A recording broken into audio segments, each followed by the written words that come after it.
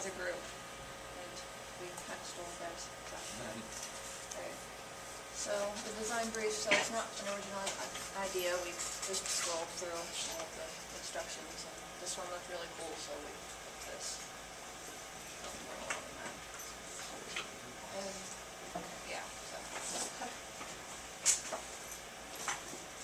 And we wanted to do something that was fun and interesting, but not overly easy, and it was definitely not easy.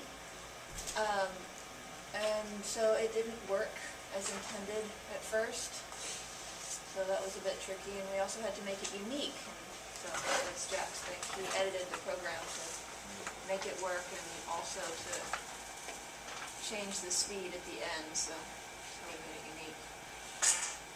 So red fastest, blue slightly slower, and green is slowest.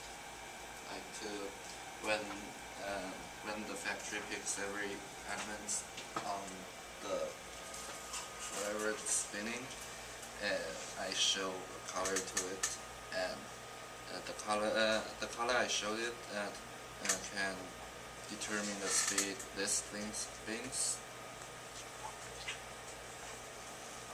So yeah, we chose this because it could show how well we can make something, but at the same time change it and make it more unique, so that it wasn't like other projects, so we weren't just copying something, and it works well in the end. I think this project also reflects how modern factory works. Like the customers is trying to make DIY something, and the factory have some robots to pick every stuff and get things ready.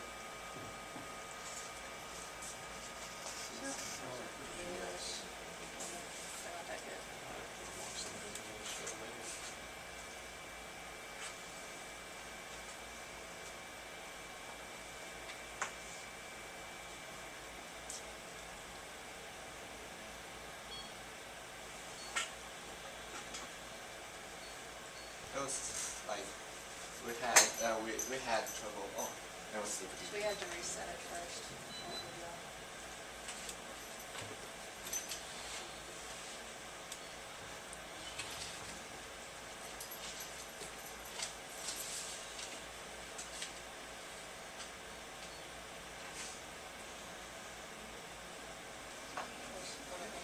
And in the beginning, picking the whatever tops was kind of tricky for us because Sometimes we had to do it manually because yes, it wouldn't pick them because up. the grabber doesn't really pick the top every time, and we sort of fixed the problem for getting something here off so the grabber doesn't really get stuck every time.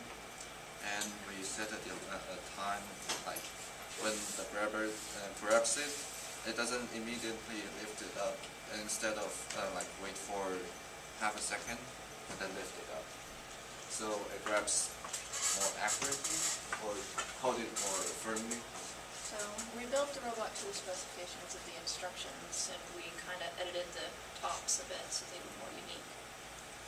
So we thought that the program worked initially, and the first few test runs were fine, and then it decided it didn't like what we were doing, and so it stopped working. So that was not fun. And Jack had to, he initially added sounds and that sort of thing that they sounded really stupid. So he took those out, and it started to work again, and then it stopped working again, and that's the code. It's ridiculously long. So we had to make it really tiny to make it fit.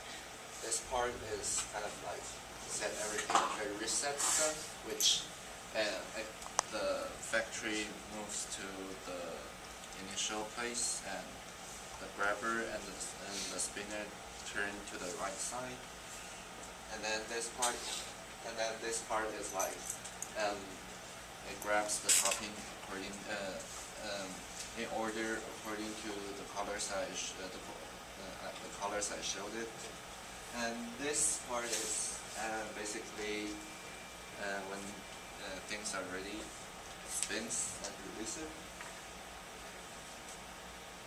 So yeah, most of the tests were complete failures. They didn't work well at all. It was only until like test 11 that things actually started to really work. We were still having problems with the top placement. It would drop it at the wrong spot or not pick it up at all. But so on test 13, things were finally working correctly after Jack editing half the program. So that was fun. So revisions, so we had to fix not only the top placing but the trigger and launch phase, because initially this part here would drop almost immediately after it went up, and it would mess with the top spinning out, so it would fall over.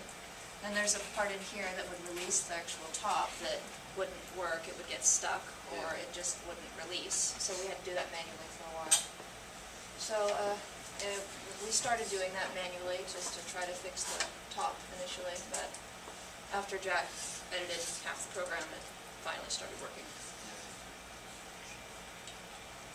And so, yeah, communication. So we communicated mostly, but there were some parts where we just did independently. Zach did most of the project document. Jack did most of the programming, and I did most of the building. But yeah, so Star Factory, yay! Thanks, story.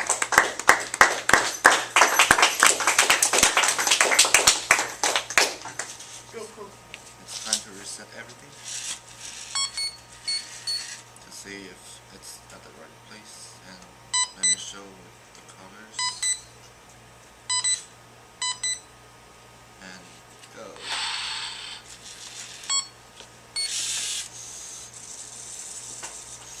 So I pick stuff and grab stuff and place stuff.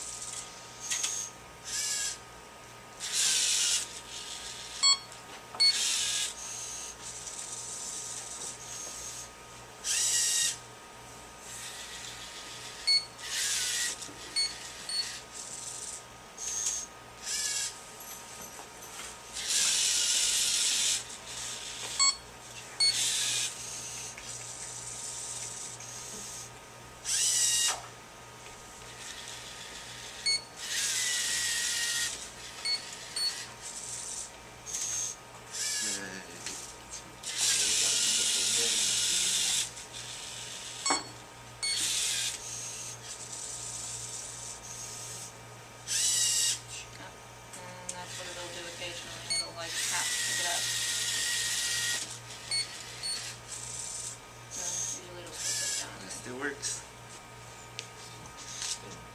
And then I switch to the spinner, and the trigger turns, and the spinner comes down, and trying to fit the bottom, whatever it is.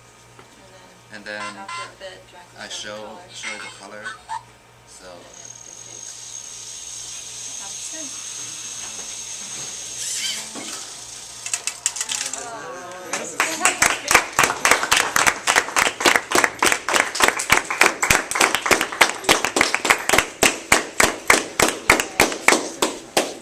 It's really cool to watch